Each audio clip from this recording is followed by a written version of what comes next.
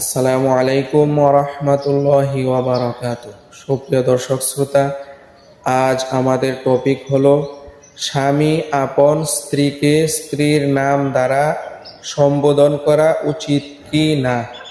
এ বিষয়টি কুরআন কারীমের 12তম সূরা সূরাত ইউসুফ এর 23তম আয়াত থেকে জানা যায়।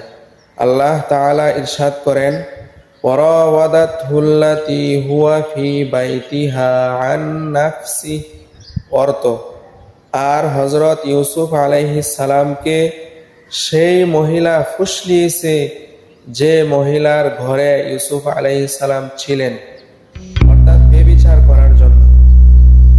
এখানে বোঝার বিষয় হলো বাইতি হা শব্দটি হলো প্রনাউন। গ্রামারের নিয়ম হলো আগে নাউন উল্লেখ থাকলে পরে প্রনাউন আনা যায়, আগে নাম উল্লেখ থাকলে পরে সর্বনাম আনা যায়। ফর এক্সাম্পল, আমরা যদি বলি জায়েদ আসলো, তাহলে পরবর্তীতে জায়েদ উল্লেখ না করে আমরা বলতে পারবো সে বসলো।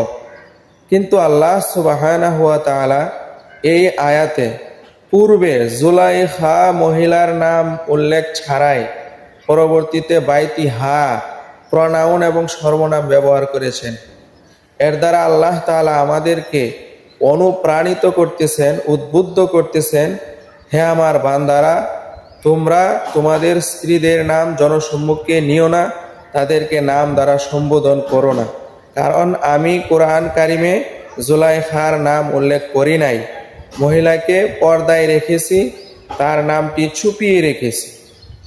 সুতরাং আমাদের উচিত আমরা যেন আমাদের স্ত্রীদের নাম দ্বারা তাদেরকে সম্বোধন না করি, বরং ইঙ্গিত সূচক শব্দ দ্বারা তাদেরকে সম্বোধন করি। কারো স্ত্রী আলেমা হলে তাকে আলেমা বলে ডাকবো, হাফেজা হলে হাফেজা বলে ডাকবো, কমপক্ষে ম্যাডাম বলে ডাকবো, যার যেটা সুবিধা হয়। সুপ্রিয় দর্শক শ্রোতা, তাহলে আমাদের যে সকল অনলাইন ভাইয়েরা তাদের স্ত্রীদের পিকচার ভিডিও অনলাইনে আপলোড দেন, তাদেরকে এ সকল গর্হিত কাজ থেকে বিরত থাকা উচিত।